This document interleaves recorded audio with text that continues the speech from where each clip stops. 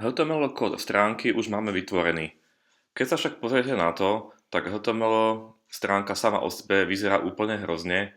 Je to vlastne len nejaký text, ktorý je usporiadaný pod sebou, a keby sme mali stránky vytvorené iba z HTML, tak by to bolo dosť škaredé. V dnešnej lekcii si ukážeme základy CSS. Prejdeme teda už na kaskadové štýly. CSS je v podstate niečo, čo dáva našim stránkam nejaký tvar alebo nejakú tvár. Môžeme meniť veľkosť textu, farby, vkladať tam, rôzne meniť pozície tohto textu a ostatných elementov.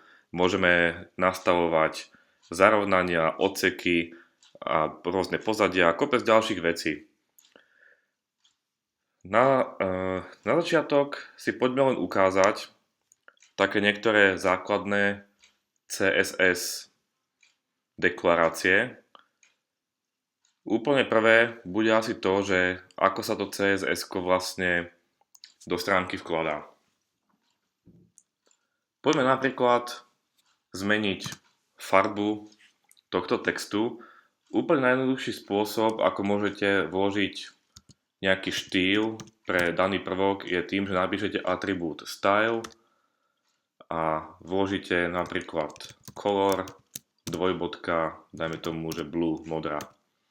Čiže všetko, čo budete dávať do tohto atribútu style, je názov štýlu, v tomto prípade je to farba, čiže color, vždy nasleduje dvojbodka, potom nasleduje hodnota, v tomto prípade farba môže byť buď definovaná nejakou konštantou, ako napríklad blue alebo red, alebo môžete definovať aj hexadecimálnym číslom. To môže vyzerať napríklad mriežka, dve nuly, ďalšie dve nuly a FF. Hexadecimálne číslo je vlastne zápis farby v 16-kovej sústave. Moc vás tým asi teraz zaťažovať nebudem. Môžete si tie farby buď niekde vygoogliť, alebo môžete na to použiť hociaký grafický nástroj, napríklad v malovaní.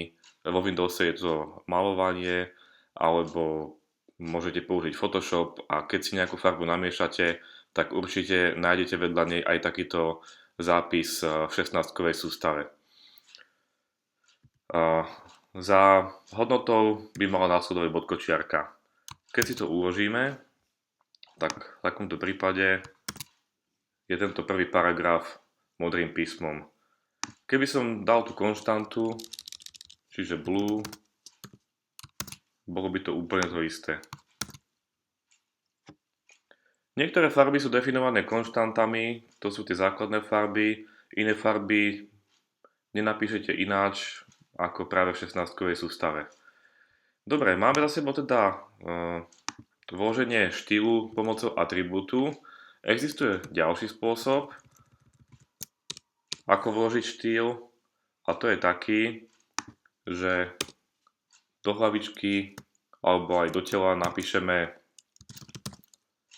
element style a medzi tieto dva elementy napíšeme, čoho sa to má týkať. V našom prípade nech sa to týka všetkých paragrafov, čiže elementu P. Nasledujú za ním zložené zátvorky, teda množinové zátvorky, a napíšeme zase náš štýl, pomenovanie štýlu, čiže farba, hodnota blue a bodkočiarka. Keď to uložíme, tak uvidíte jeden rozdiel, a to je ten, že momentálne sa nám všetky tieto paragrafy zafarbili na modro. Je to spôsobené tým, že tu som definoval element P ako paragraf, ale ako vidíte, máme tu jeden paragraf a druhý paragraf. Keby som to zmenil na H1, čiže nadpis úrovne 1, tak tieto paragrafy sa dajú späť na čiernu farbu a tento nadpis úrovne 1, tento najväčší, bude modrý. Tu som si všimol teraz, že mám tu chybu.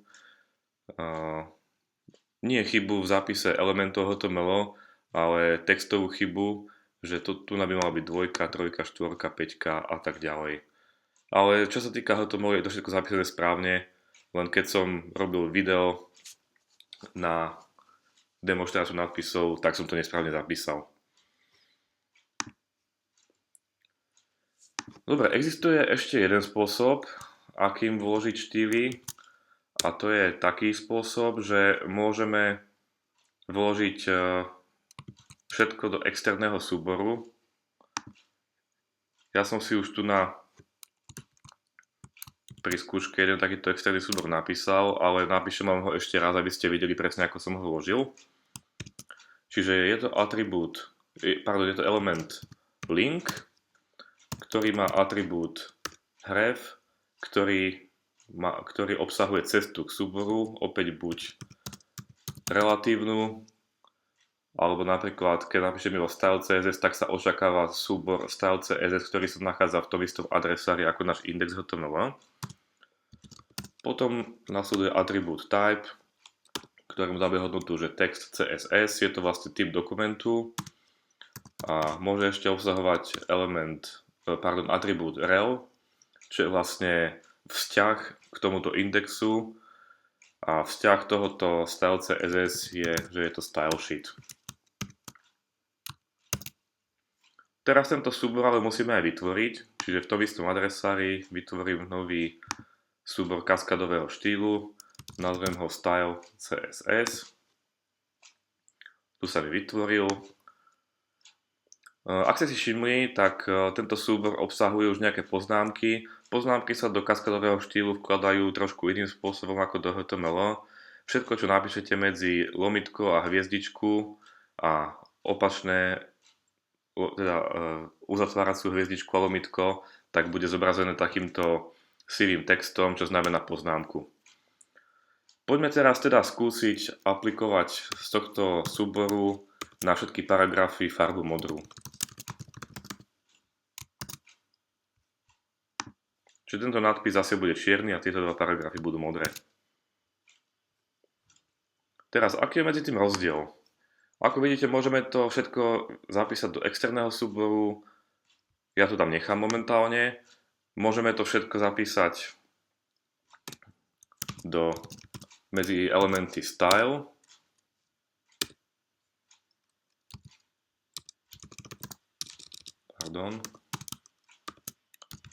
Dáme mu teraz trebárs farbu červenú.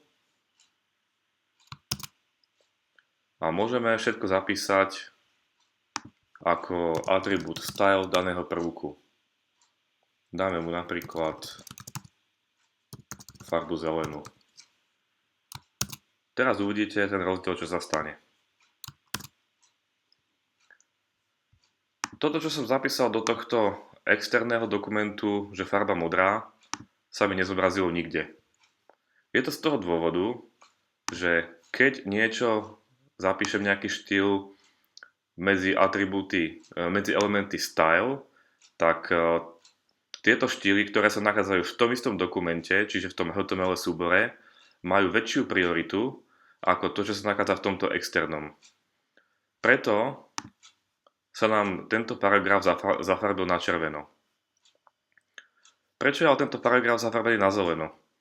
Je to zase z toho dôvodu, že tento paragraf má ako svoj vlastný atribút štýl zelený a ten má väčšiu prioritu ako to, čo napíšem tu na. Preto sa nám to zafarbilo na zeleno. Odteraz asi budem používať prehliadač Google Chrome, pretože som naň zvyknutý a má veľmi dobré vývojárske nástroje, čiže ukážem vám trošku, ako sa s tým pracuje. Preto si otvorím tento súbor v Google Chrome.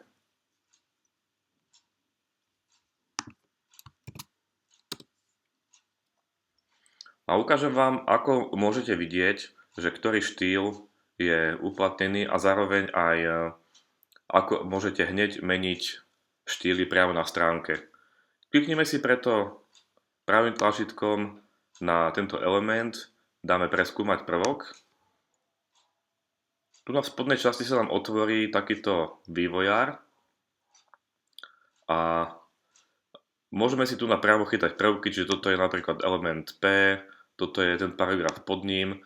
Nás zaujíma momentálne ale teraz tento. Ak si všimnete, tu na pravej strane sú štýly, ktoré sú uplatnené a ktoré obsahuje tento element. Čiže v externom súbore style CSS má farbu modrú, v tom istom HTML súbore má farbu červenú a ako vlastný atribút má farbu zelenú. Keby som teraz toto odškrtol, tak je uplatnené ďalšie pravidlo v poradí, čo je farba červená. Keby som odškrtol aj toto pravidlo, tak v tom prípade obidva tieto elementy ostanú modré. Keby som chcel, tak sa s tým môžem hrať. Priamo tu môžem meniť hodnotu, čiže napíšem napríklad yellow. Je to vynikajúci nástroj, pokiaľ chcete ladiť veci priamo na stránke a nemusíte sa báť, že niečo pokazíte, pretože keď znovu načítam stránku, tak budú načítané presne tie isté pravidlá, ktoré sú v súboroch, ktoré som už predtým uložil. Dobre, no a teraz to nechajme tak. Poďme sa teraz pozrieť, že čo môžeme robiť ďalej. Ja budem pre jednoduchosť teraz všetky štýly písať do externého dokumentu. Ešte vám ukážem jednu vec. Ešte existuje jeden argument alebo jeden príkaz v CSS-kách, ktorý prebije úplne všetko. To znamená, že keď tu som mal napríklad zelený paragraf, ktorý je zelenú farbu tohoto paragrafu, ktorá je ako atribút toho elementu priamo tu dole, tak ak použijem hoci kde príkaz important, čiže priamo za farbou dám vykričník a napíšem important ešte pred bodkočiarku, tak to znamená, že bez ohľadu na to, čo je deklarované niekde inde, tak tento paragraf bude mať modrú farbu. Čiže toto pravidlo má úplne najväčšiu prioritu pred všetkými ostatnými pravidlami. Mám ale taký pocit, že tieto príkazy important by sa mali používať naozaj iba v krajných prípadoch, keď už si neviete rady, pretože budete mať potom veľký chaos v tom, že ktoré pravidlo má ktorú prioritu. Čiže ja osobne ho neodporúčam veľmi používať. Pre jednoduchosť budem teraz všetky CSS štýly písať do tohto externého dokumentu. Je to podľa mňa spôsob, ktorým by sa to malo robiť, aby sa oddelila logika HTML od štýlov. Čiže v tomto prípade všetko bude modré, nič sa nezmení. Rád by som ešte spomenul to, že tieto deklarácie, ktoré tu robíme, čiže paragraf, to môže byť napríklad divko, môžeme mu dať napríklad farbu červenú a tak ďalej. Čiže poďme si teraz povedať, čo sa stane. Toto bude mať farbu červenú. Pokiaľ by sme chceli, ale aby rovnaké pravidlo bolo uplatnené na viacej elementov, tak môžeme ich oddeliť čiarkou.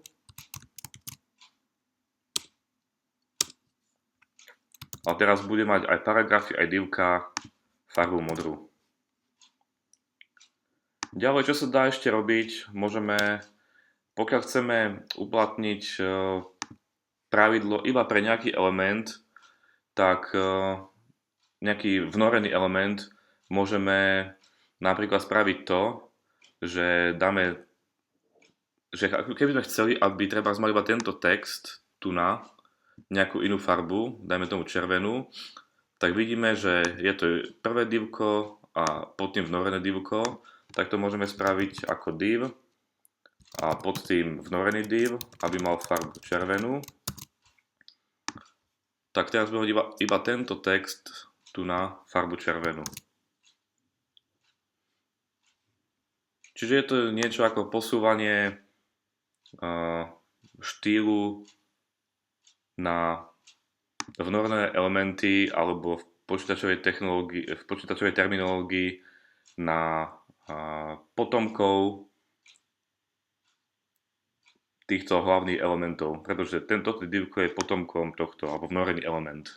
Neviem, ako to lepšie nazvať. Keby sme chceli napríklad uplatniť štýl iba na toto B, na tento element B, tak zase môžeme to napísať buď takýmto spôsobom a tu uplatniť do zatvorky nejaký štýl, alebo môžeme urobiť div a B. To znamená, že toto pravidlo, ktoré bude tu, sa uplatní pre všetky elementy B, ktoré sú potomkami nejakého divu.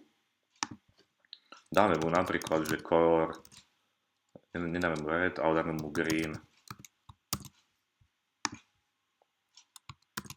Hej, čiže toto teraz je zelené.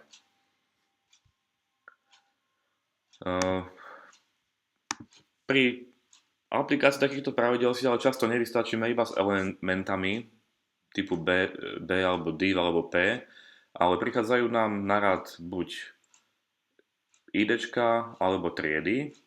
To znamená, že ja môžem tomuto paragrafu dať nejaké IDčko, atribút ID, čo bude napríklad paragraf 1 a môžem mu dať aj triedu, atribút class, niekde paragraf a tomu tu dáme tiež class paragraf. Aký je medzi tým rozdiel? IDčko, atribút ID, identifikuje prvok, ktorý je jedinečný v rámci celého HTML dokumentu. To znamená, že žiadne dva elementy na stránke by nemali mať rovnaké IDčko. Atribút class naopak zoskupuje podobné elementy, ktoré chceme, aby sa naštýlovali rovnako. To znamená, že tento atribút class môžu obsahovať viaceré elementy, také, pre ktoré chceme uplatniť rovnaké pravidlá. Ukážeme si teraz, ako to vyzerá v skutočnosti. To znamená, že ja si momentálne tieto pravidlá vymažem, nech to zase máte demonstrované úplne od začiatku. Uložím to, aby sme videli svoj základný dokument, čiže takto to bolo predtým. Aplikujem štýl na triedu, trieda sa zapisuje pomocou bodky. Tu mi už dal NetBeans na výber paragraf, čiže ja to môžem iba odenterovať a napíšem, že chcem, aby mali všetky elementy typu paragraf farbu modrú. Čiže tieto dva paragrafy budú mať farbu modrú. Keby som chcel, tak môžem rozšíriť triedu napríklad na toto divko. Chybička. Teraz aj to divko má modrú farbu. Keby som ale chcel docieliť to, že iba tento jeden element s týmto jedným IDčkom bude mať inú farbu, tak použijem zápis pomocou IDčka, čo je takýto krížik. Dám mu názov toho IDčka a zase dáme farbu červenú. Pozrieme sa, ako to bude vyzerať. Tento paragraf s týmto IDčkom je červený, ostatné paragrafy sú modré. Ako som slúbil, budem to pozerať v chrome. Poďme sa teda pozrieť na prvky, teda na štýly týchto prvkov. Konkrétne tento paragraf má ako farbu červenú, ale zároveň aj modrú, ktorá nie je ale uplatnená, pretože tento IDčko prebije triedu. Myslím, že základov bolo dosť. Ešte snad jedna vec, že keď chcete uplatniť, keď chcete, aby mal element viacej tried, môžete ich oddeliť medzerou. Čiže dajme mu ešte, že je trieda odsek. Pri tejto triede odsek sa hneď môžeme naučiť ďalší štýl, napríklad veľkosť písma, dajme tomu, že nech je to 20 pixelov. Teraz vidíte, že tento paragraf v triede odsek, poďme sem, že tento celý paragraf má veľkosť písma inú, tak tento, pretože má triedu odsek, z ktorej na ktorej je uplatený štýl veľkosť písma a má triedu paragraf, na ktorú je uplatnené pravidlo, že farba modrá. Teraz veľkosti sa môžu udávať v rôznych jednotkách. Môžu to byť pixely, čo je jedna malá bodka na obrazovke. Môžu to byť napríklad pointy. Point je 1/72 palca. Potom to môžu byť percentá, kedy sa do úvahy berie aktuálna veľkosť fontu. V tomto prípade je to nejaký systémový font, čiže ako vidíte, tak veľkosť je tu strašne malá. Ale keby som zobral nejaký nadradený element a dal by som napríklad, že font size, dajme tomu 14 pixelov, tak je to ešte menšie. Ale keby sme ukázali teda tie percentá, tak dajme tomu, že nech má veľkosť 80%, tak už je to celkom čitateľné. Čiže momentálne je to 80% zo 14 pixelov.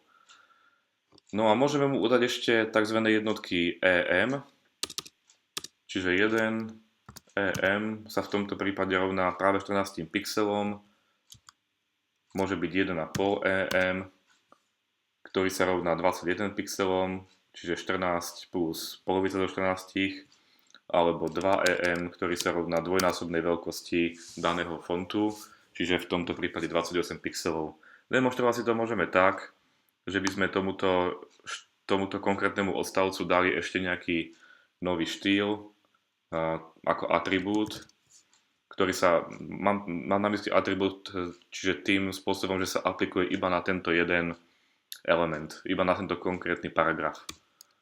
Dajme tomu font size, keby bol 28 pixelov, tak sa nezmenilo absolútne nič, pretože 2 EM sa rovná 28 pixelov. Keby sme ale tu na už dali, dajme tomu 14 pixelov, tak vidíte, že je to momentálne veľkosť taká ako všade inde. A keď toto pravidlo dáme preč, tak opäť sú to dve veľkosti písmena, teda 2 EM, čo znamená 28 pixelov v tomto prípade. Možno sa to zdá momentálne ako veľmi ťažké, ale myslím, že keď sa s tými CSS-kami trošku pohráte, tak pochopíte, o čo ide.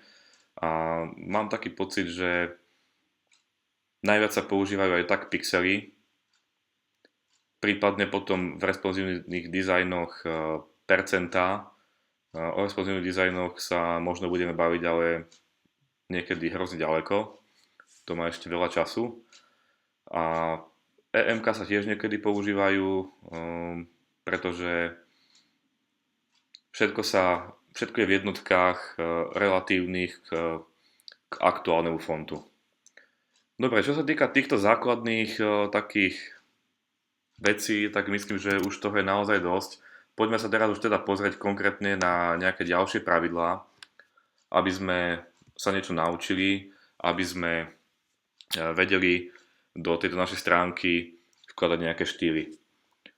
Čiže font size ako veľkosť písma vieme. Poďme teraz aplikovať viacej pravidel na tento náš paragraf. Môžeme mu napríklad dať nejakú hrúbku alebo dôležitosť, čiže font weight, nejakú váhu, ktorá môže byť napríklad bold. Bold je v podstate tučné písmo, alebo font bold. Je to paragraf 1, čiže to je tento náš červený text. Ako vidíte, momentálne je trošku tučnejší. Keby sme sa s tým elementom ešte trochu hrali, tak môžeme nastaviť font weight napríklad normal, to je štandardná veľkosť textu. Môžeme nastaviť napríklad číslo, čiže 100 má nižšiu hodnotu ako napríklad 800, čo je vlastne tučná. Čiže hodnoty povolené sú normal, bold, bolder, lighter a potom číslo. Ja to ale momentálne nechám tak, ako to všetko bolo. Potom v rámci pravidiel ďalších môžeme uplatniť napríklad text align, čo je zarovnanie textu. Môže byť dať napríklad na stred, môže byť left, right, center a justify. Poďme sa pozrieť, čo to teraz spôsobí. Čiže teraz je toto zarovnané na stred. Keby sme tu dali, že left, tak je doľava. Keby sme dali right, tak je naopak doprava. Existuje ešte, ako som spomínal, hodnota justify. To by som ale uplatnil na nejaký dlhší text. To znamená, že ja by som si tu na ešte tento text trošku skopíroval.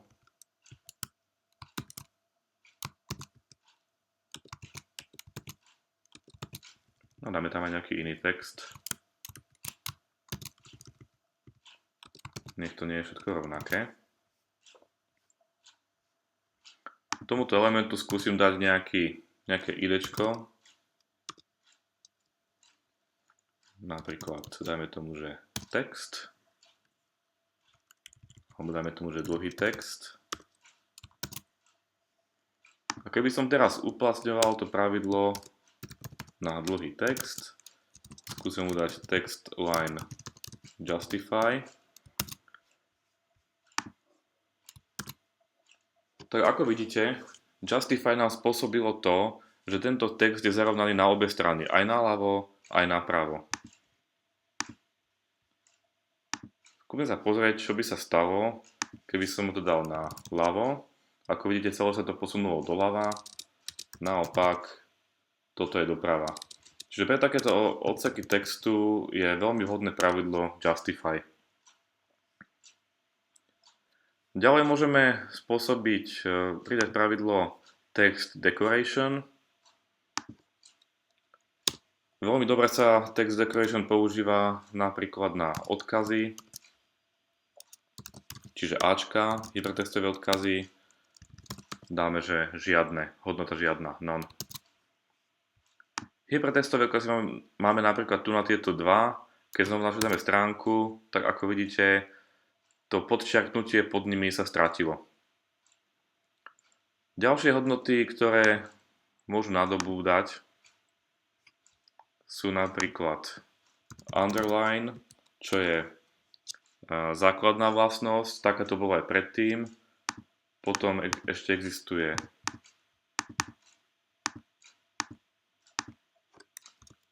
overline, čo spôsobí čiarku nad tým textom. Potom existuje line through, čo je vlastne preškrtnutie, ale nechám to tak, ako to bolo. A pri odkazoch sa často využíva ešte selektor. Selektor je vlastne nejaký stav toho elementu, alebo najlepšie to asi vysvetlím na príklade. Selector hover znamená, že čo sa stane, pokiaľ je kurzor myši nad týmto elementom. V takomto prípade mu dáme, že text decoration, že sa má podčiarknúť, underline. Selektory poznáme rôzne, sú napríklad first child, akože prvý potomok daného elementu, last child, posledný potomok, aktív, ako aktívny element, je ich viacej. Momentálne budeme používať iba tento hover, ten sa používa asi najčastejšie. Poďme sa teda pozrieť, čo to spôsobí. Na prvý pohľad nič, ale kúzlo sa stane, keď prejdeme myšou ponad ten odkaz. Ak si všimnete, tak sa pod čiarkou. Môžeme nastaviť ešte, aby to bolo viditeľnejšie, farbu zelenú. Čiže keď teraz znovu našli stránku a prejdem ponad 100, tak sa zmenila aj farba. Dajú sa týmto dosiahnuť naozaj pekné efekty.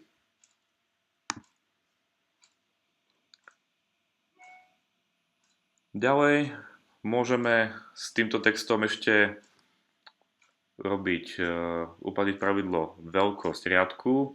To sa dobre demonstruje na dlhom texte. Napríklad dáme mu, že niekde veľkosť riadku, zase môžeme použiť pixely, pointy, rôzne iné jednotky. Ja použijem pixely. Niekde veľkosť riadku, dajme tomu 20 pixelov, ale iba pre dlhý text. Čiže toto celé sa nám teraz rozšírilo. Keby som dal veľkosť riadku väčšiu, dajme tomu 25 pixelov, tak sa nám to rozťahne ešte viac. Mám na mysli medzery medzi riadkami. Štýl line height sa často používa, pokiaľ chcete niečo zarovnať na stred vertikálne. Vertikálne zarovnávanie v CSS-kách sa robí trošku ťažšie a toto je taký najjednoduchší spôsob. Ukážem ho v niektorom nasledujúcom videu, kde sa budem zaoberať aj výškou a šírkou elementov. Ešte spomeniem dve pravidlá v tejto lekcii. Bude to pravidlo float, čo si vyskúšame napríklad na zoznamoch.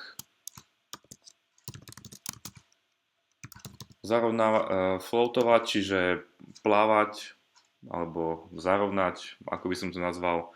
Je to v podstate zanešenie ako keby pláva, že element pláva buď doľava, doprava, keby sme dali right. Iné možnosti nie sú, iba left alebo right. A v takomto prípade toto pravidlo bude uplatnené na položky zoznamu UL, čiže netriedeného zoznamu. Ten zoznam máme tu na dole. To je tento prvý zoznam.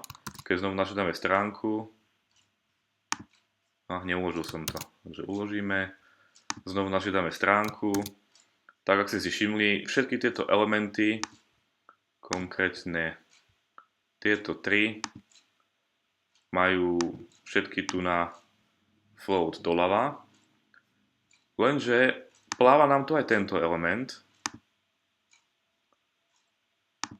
ktorý už nemá plávanie doľava. Ako teraz spôsobiť to, aby tento element neplával? V podstate to pravidlo sa uplatňuje takým štýlom, že ten prvok ako keby bol vyňatý z toho poradia, v akom sú prvky na stránke, čiže prvky sú vždycky z hora nadol a zľava doprava. A ako vidíte, toto UL-ko, tento zoznam teraz ako keby nič nezaberá, pretože tieto prvky ako keby boli vyňaté z neho, ale zároveň všetky plávajú doľava a zaberajú miesto. To znamená, že ten prvok, ktorý bude za ním, vidíte, že toto OL-ko trošku prekrýva toto UL-ko, ale zároveň prvý ten element zaberá hneď prvé miesto, ktoré sa nachádza v tomto poradí, ale berie sa pritom do úvahy to, že ten element tam existuje. Čiže on pláva na prvé miesto doľava, ktoré je voľné. To je v tomto prípade za tento tretí riadok. Možno som to dosť ťažko vysvetlil, ale myslím, že keď sa s tým zase trošku pohráte, tak pochopíte, ako to funguje. No a teraz, čo treba teraz spraviť, aby tento prvý element, teda tento prvý zoznam, tento prvý list v tom zozname, aby neplával doľava, ale aby sa naopak zaradil presne pod tento zoznam. Takže na to nám slúži pravidlo clear. Ja mu dám, aby bolo vľavo. Hneď vysvetlím, čo to znamená. Poďme sa len pozrieť. Čiže teraz v tomto prípade už sa tento element pekne zaradil za tretí riadok.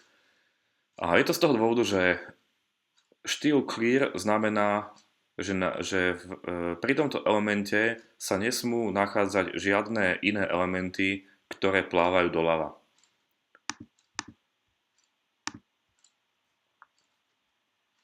To je tento element OL. Keby som mu dal hodnotu vpravo, tak pláva stále, pretože naľavo od neho sa môžu nachádzať plávajúce elementy. To sú tu na tieto tri položky zoznamu, ale napravo sa naopak nenachádza žiadny plávajúci element. Existuje potom ešte, čo sa často používa, je hodnota both, ako obidva smery, aj vpravo, aj vľavo. To znamená, že pri tomto elemente sa nesmú nachádzať žiadne iné plávajúce elementy, ani vpravo, ani vľavo. Častokrát sa využíva taká technika, ja to teda teraz zmažem, nech to máme ako sme to mali predtým. Čiže teraz nám ten element pláva. Častokrát sa využíva technika, ktorá vloží ako keby prázdny element, ktorý nemá žiadnu výšku ani šírku, za tento element. Alebo ešte lepšie to demonstrujem tu na. Vložíme tu nejaké prázdne divko, ktoré bude mať triedu clear fix. To je trieda, ktorú si ja nazvem ľubovoľne. Uložím tento dokument. Teraz sa ešte nič nestane. Hej, stále pláva. Keby som ale nastavil v týchto štýloch trieda clear fix, aby mala pravidlo clear both, tak teraz sa stane presne to, čo chceme. Že tu je vložený, dokonca máme to aj s pekným odsadením tu na. Máme tu totižto vložený, no, nevidno to ešte. Tu na. Máme tu vložený element div, ktorý nezaberá žiadne miesto, pretože ako vidíte má šírku 1263 pixelov, ale výšku 0, čiže nezaberá tam nič, ale spôsobuje to, že vedľa neho sa nenachádzajú žiadne elementy plávajúce, ani vpravo, ani vľavo. Je to naozaj častá technika, ktorou môžete zrušiť toto plávanie. Dobre, ja si myslím, že na túto lekciu by bolo tých základných pravidiel pre kaskadové štýly dosť. Viete, ako sa vkladajú. Ako som spomínal, alebo aspoň ja v týchto svojich kurzoch, budem vkladať štýly do externého súboru pre väčšiu prehľadnosť. Viete, aká je priorita vykonávania týchto štýlov. Naučili sme sa pár základných štýlov pre úpravu textov, pre manipuláciu s textami, ako je farba, zarovnanie v rámci toho paragrafu, čiže horizontálne zarovnanie, potom veľkosť písma, hrúbku, veľkosť riadku, tu na nejaké dekorácie.